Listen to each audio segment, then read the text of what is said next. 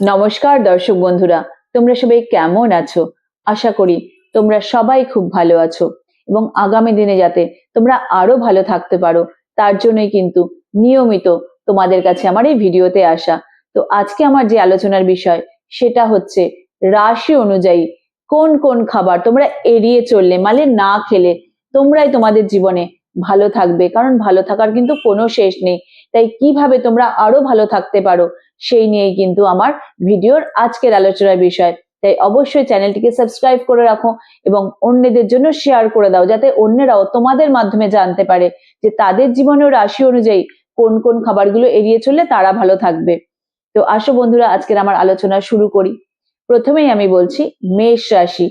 মেষ রাশির জাতক বা জাতিকারা যেটা সব থেকে বেশি এড়িয়ে চলবে সেটা হচ্ছে অ্যালকোহল। হয়তো অনেকের পক্ষে সম্ভব হবে না, কিন্তু যতটা সম্ভব, খুব অকেশনালি আলাদা ব্যাপার, কিন্তু অ্যালকোহল থেকে তোমরা যত দূরে থাকবে তোমাদের কিন্তু শরীর স্বাস্থ্য তত ভালো থাকবে। আর অতিরিক্ত কাঁচা নুন কিন্তু খাবারের মধ্যে খাবে না। যেটুক রান্নার মধ্যে দেওয়া হয় সেটুকুই ভালো, না হলে কিন্তু বিভিন্ন রকমের রোগ ব্যাধি তোমাদের দেখা দেবে। আর যেটা হয়, রোগ ব্যাধি যদি বেশি দেখা দেয় তাহলে কি হয়, তাহলে যে কোনো কাজকর্ম নষ্ট হয়। বাচ্চাদের পড়াশোনার ক্ষেত্রে সেটাও কিন্তু একটা বাধা বিপত্তির সৃষ্টি করে।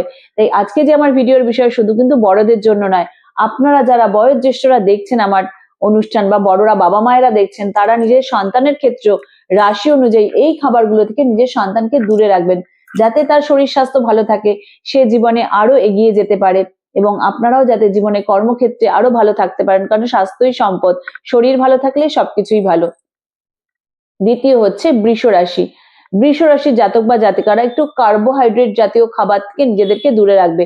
আর কাঁচা পেঁয়াজ তোমরা খাবে না।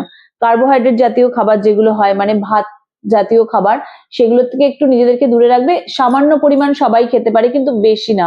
এগুলো কিন্তু তোমাদের কাছে বিষের সমতুল্য, মানে তোমাদের শরীর স্বাস্থ্যের ক্ষেত্রে ক্ষতি করবে। তৃতীয় হচ্ছে মিথুন রাশি। মিথুন রাশির জাতক বা জাতিকাদের যেটা সব থেকে বড় সমস্যা সেটা হচ্ছে অতিরিক্ত কাজের চাপ আসলে তারা খাবার স্কিপ করে। দেখো আজকে আমার ভিডিও তোমাদের জীবনের সাথে মিলে যাবে। খাবার স্কিপ করা মানে খাওয়ার সময় পেলাম না, তার বদলে কি করলাম, সেই সময়টা আমি কোন রকম চা কফি বেশি খেয়ে ফেললাম। চা কফি খেতে পারেন, কিন্তু খাবারটা যে স্কিপ করে গেলাম, খেলাম না, বা নেশা করে ফেললাম, সিগারেট বিড়ি খেয়ে ফেললাম, তো সেইগুলো কিন্তু আপনার জন্য ক্ষতিকারক হয়ে উঠবে।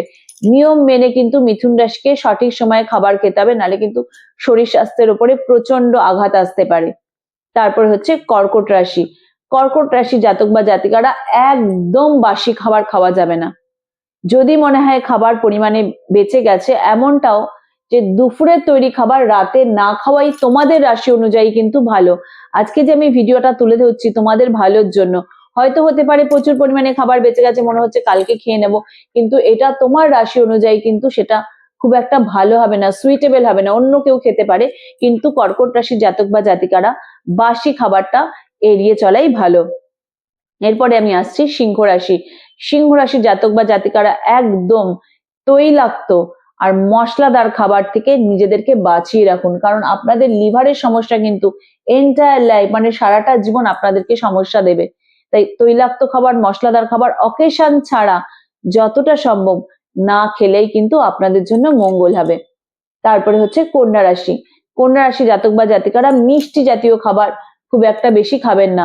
মিষ্টি জাতীয় খাবার খেলে আপনাদের শরীরে ব্যথা বেদনা এবং কিছুটা মানে সাইনাস মানে সর্দি কাশির প্রবলেম বেড়ে যাবে। যদিও মিষ্টি জাতীয় খাবারের সঙ্গে এর কোনো সম্পর্ক নেই, কিন্তু রাশি অনুযায়ী যেহেতু আজকে আমি বলছি এই খাবারগুলো এড়িয়ে চলা উচিত, তার জন্য বলবো কন্যা রাশির জাতক বা জাতিকারা অতিরিক্ত মিষ্টি জাতীয় খাবার থেকে নিজেদেরকে দূরে রাখুন। তাহলে আপনাদের শরীরে ব্যথা বেদনা বা কোন রকম সাইনাস সর্দি কাশির হাত থেকে আপনারা রক্ষা পাবেন, শরীরটা ভালো থাকবে। তুলা রাশির জাতক বা জাতিকারা অতিরিক্ত চা কফি একদম খাওয়া যাবে না। সামান্য দিনে একবার হলে সেটাই যথেষ্ট। মানে থেকে থেকে সময়ে সময়ে টাইম পাস করার জন্য বা চা কফি ক্যাফাইন জাতীয় খাবার কিন্তু এড়িয়ে চললেই ভালো।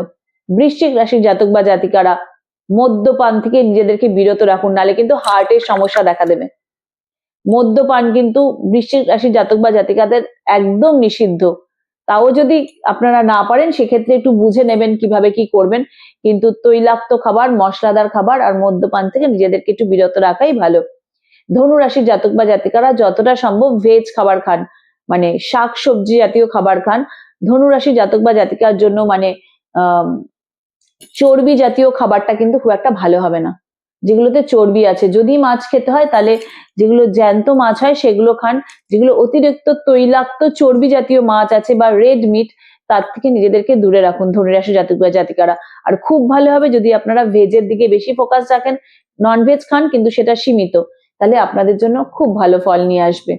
তারপরে হচ্ছে মকর রাশির জাতক বা জাতিকারা।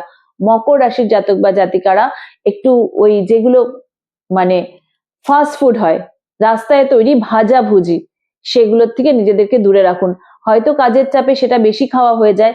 ফাস্ট ফুড বা পাউরুটি জাতীয় খাবার, ময়দার জিনিস, এগুলো কিন্তু না খাওয়াই ভালো, তাহলে আপনাদের জন্য খুব ভালো ফল দেবে।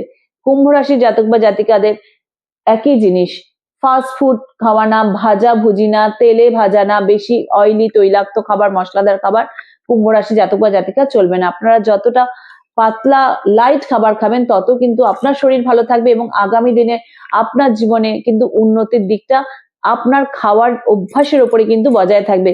সিস্টেমেটিক এবং নিয়ম মেনে, ডিসিপ্লিন মেনে খাওয়া দাওয়া কুম্ভ রাশির জাতক বা জাতিকাদের একটা মাইলস্টোন।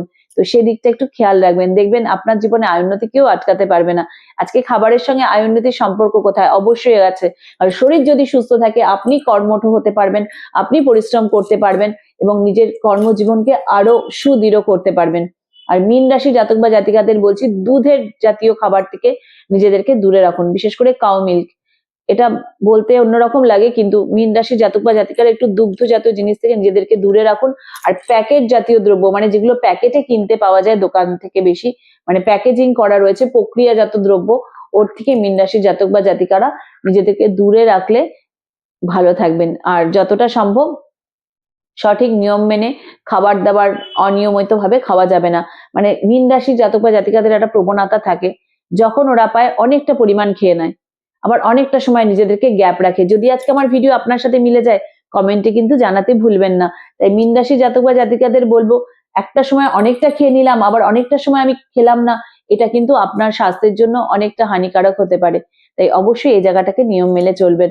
তো আজকে যদি আমার ভিডিও ভালো লাগে তো অবশ্যই লাইক করে চ্যানেলটাকে সাবস্ক্রাইব করে দেবেন, আগামী ভিডিওর জন্য অপেক্ষা করবেন।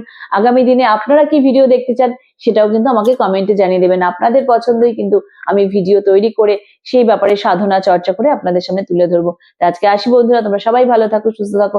আগামী দিনে আবার তোমাদের সাথে আমার কোনো নতুন কোনো বিষয় নিয়ে দেখা হবে। জয় মা।